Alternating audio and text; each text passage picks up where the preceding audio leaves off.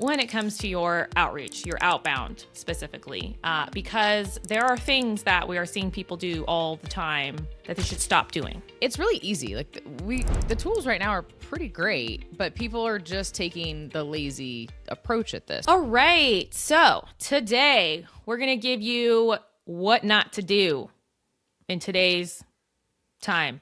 When it comes to what outreach. What to do in today's time. What not to do in 2026. When it comes to your outreach, your outbound specifically, because there are things that we are seeing people do all the time that they should stop doing. Pretty much. Right? Don't do it anymore. It doesn't work anymore. We don't like it, basically. We don't like it. You need to stop immediately. Stop doing that. As my Scottish ice skating coach of many, many years would say, I don't like it. Okay. So what are we talking about here? We're talking about anything that has to do with all forms of outbound. This could be cold calling. This could be cold emailing. This could be pitch slapping in the DMs on LinkedIn. So when we refer to outbound, what we mean, right, is you are going out and reaching out to somebody to try to sell them something. They did not come to you. They did not raise their hand and say, please, sir, may I have some more, right? So I would like to just start off with, we need to stop with the spray and pray where it makes you try to think that you've personalized to them, but you have in fact not. You have in fact not. You use their first name. Yeah. Or their personalization, location, the time of day, like those things back over 5 years ago was like, whoa, right? You could literally use their job title and they'd be like, their job title. Mm-hmm. And those things don't work anymore. And it's the thing is that they're not novel any longer, right? And so a lot of times things work because they're new. So when like outreach and similar tools came out, God, like over a decade ago now, right? Yeah. It was a big deal that you could use a tool to send a single email that you wrote to thousands of people at the exact same time. And back then, things like that didn't exist. So therefore, we kind of all assumed that when we were getting an email, we were getting it one-to-one from somebody. So we were more likely to read and respond to them, right? And when we were able to add that fake personalization of title, location, company they worked at, it really was like, well, they must be emailing me directly because how else would they be able to do that otherwise, right? That stopped years ago working, right? So then people went, okay, personalization works, but it has to actually be personalized. So then people started doing true hyper-personalization, right? They'd try to research the person. Nowadays, we've got LinkedIn, and it's a lot easier for a lot of us to find things to personalize about. But then people go, oh my God, that takes way too much time, right? Mm-hmm. I'm not going to do that. I'm going to go back to something else, right? And they give up. So this is where, because people, when they say, well, I can't do that. But you're telling me not to do, spray and pray. What do I do? Right? This is where relevance will beat personalization. And so, yes, you can still kind of do bulk outbound of some sort, be it calling, emailing, things of that nature. But your message still needs to be very relevant, right? And so it can you only still use tools. Yeah, well. And you can use tools. That's fine. You can't be relevant if you don't have the right ideal customer that you're targeting, though, and then having a problem that they most likely have, well positioned either. So to give a very specific example of a version of this that didn't work, I broke this down in a post recently. I got a DM from someone who said, I noticed that you post regularly on LinkedIn. That was their attempt at being personalized, right? Tons of people post regularly on LinkedIn. So that's not specific enough. And then he made an assumption about me wanting to build trust in the company that I worked at, except for the company he chose I don't work at. So he chose something that was a part of my profile because I'm a brand partner. So he clearly didn't actually look at my profile. He was probably using a tool. So that was bad. And then he was pitching a potential solution, which is overlapping greatly with what Mandy and I already sell with our Next Wave offering. So he's now outreaching to a competitor. 3 strikes, you're out, homie. 3 strikes here, right? Right. It just didn't work. Now, that message actually could have worked really well if I obviously wasn't a competitor. He had a tool that didn't pull the wrong company. And then he chose a more relevant, kind of personalized hook. But he wouldn't have been able to do any of those things if he had not first researched me ahead of time. Whatever list he was curating, right, should have been better researched to make sure that this message I'm going to send to all 500, 125, whatever, was specific enough to that group of people. Well, and he easily could have been like, your post about poopy pipelines cracked me up. Like, Lindsay is so easy to reach out to. Like, she's like the easiest person to personalize. Easiest person. It's part of why I get so frustrated with the bad outreach, because I'm so easy, even though which is why I then said, you know what, let's just talk about this so we can help people stop doing it. I'm frustrated, but I'm also going to help you. If your LinkedIn strategy right now is just post and hope, we should fix that. We built a free AI tool that creates a personalized LinkedIn growth plan based on your specific business and your audience. It takes less than 5 minutes. Grab it free at yourfuturebiz.com/revenue. That's yourfuturebiz, biz.com/revenue. What's one of the other more recent ones you're seeing to say, So it's really just lack of paying attention or pulling enough relevant data. So, I mean, there's tools now. We've got Clay. We've got tons of AI. We even have inside the Next Wave, we have our ICP Messaging Pro. And these are all GPTs inside of ChatGPT. You can literally say, this is who I'm targeting. Here's the company. Here's the individual. Tell me, what are they going through right now? And what are some angles that I can take? What's an approach I can take that can weave in my solution based on what's going on at that company? It's really easy. Like, the tools right now are pretty great, but people are just taking the lazy approach at this. So you guys can still use AI, but you also need to spend a little bit of time and not just blast everyone on the same list. And that's what stands out. So, like, yesterday I had a speaking gig at a sales kickoff, and I literally the whole hour and a half talked about messaging on LinkedIn, email messaging. Like, how are we leveraging the phone and email with LinkedIn messaging specifically to stand out? And it's funny because they were like, this one SDR was like, he was from Australia. So he's like, you mean I can't say don't ask to get on a call right away?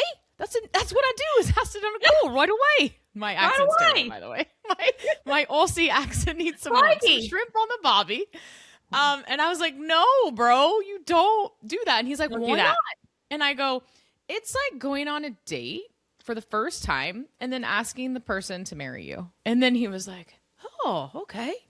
And I was like, think about it that way. Like, you met a girl on an app, you go and meet her at a restaurant, and then you just come in hot and start talking about marriage. Like, that's the same thing. I mean, you could go more extreme. You didn't even get to go on the date yet. Exactly. It's like, you message someone on the dating app and be like, do you want to get married, or do you want to be my girlfriend or boyfriend? Right? Like, before they even know anything about you. You're asking for a commitment in the first, like, absolutely not. And so that leads us to what you're kind of talking about here, to specifically the pitch slapping, right?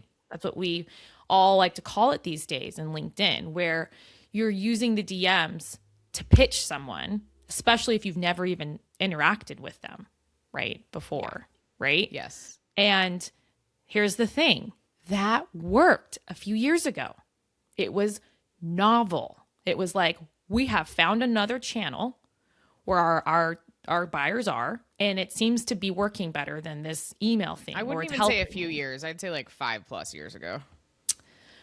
You're right. It's 2026. But yeah, I mean, like, that used to work, and then it didn't work for too long. But here's the thing about why I think it it stopped being okay for us. I mean, there's the novelty bit I've already mentioned. We've been cold called and cold emailed for so many years. We're very used to it. Like maybe we don't like it, but we're not like typically deeply offended when we get a cold email. We just, if it's not good, we delete it. Just ignore it. Yeah. We just ignore it. But if anyone's active on LinkedIn too, you'll see how ragey people get about pitch slapping, right? And yet it's being done constantly. I get tons of them a day.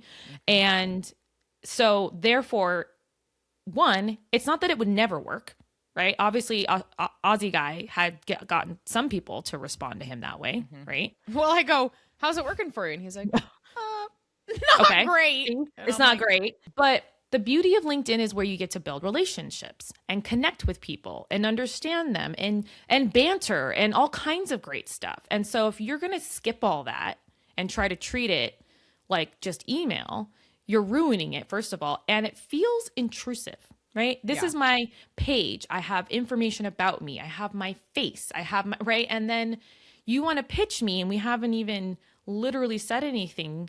And I feel like you're intrusive and rude. That's kind of the emotion that it emotes. And I think it's part of why we just are so much more irritated about it than we have been about other sorts of outreach. So please stop doing that because it's not effective. It's going to continue to get less effective.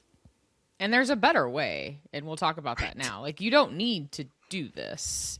And so, like, when I was speaking yesterday here in New York for a team in person, I showed them a very large emphasis on commenting on LinkedIn. How you can be more direct, not necessarily pitch, but you can be more direct with someone when you have commented and showed up on their profile before and they're familiar with you. So familiarity, trust, that's what gets people to respond. LinkedIn is a game of trust. It is not a game of spray and pray. It is not a game of blasting out a bunch of in-mails and connection requests and asking people to get on a call. It is and a then game just of trust. seeing who responds like you do in mass cold email. Correct, but that's how people are using it. They're using it like mass email. And that's why in-mails don't work.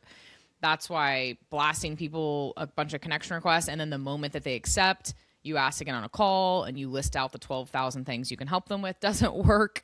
Yep. So for those prospects that are actually posting on LinkedIn, I know that's not a lot. Like most of the clients that I train on LinkedIn and Sales Nav, a lot of their prospects aren't posting. Some of them are, but the ones that are, or commenting, just because someone's a lurker and isn't posting, look at their comments. Look at the activity section. It's going to show you their comments. If they're leaving decent comments, you can engage with their comment. You can mention that.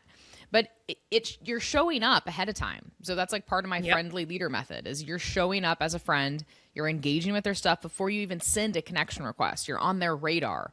Then you send a connection request and you can mention what it is that you liked.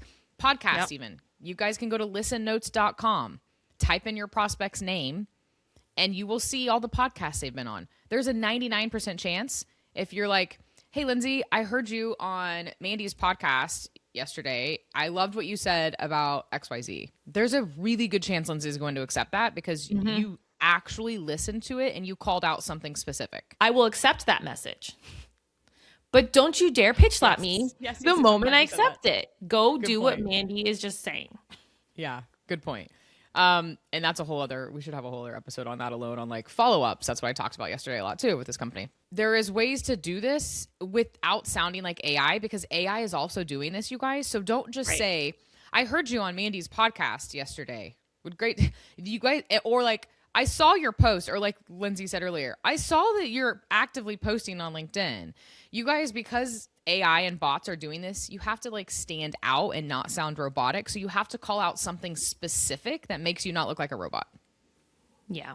And so let's put it for people who are not in the practice of consistent commenting, because commenting is where it is at, people. It is where I tend to find my best connections, peers, ICPs, you name it.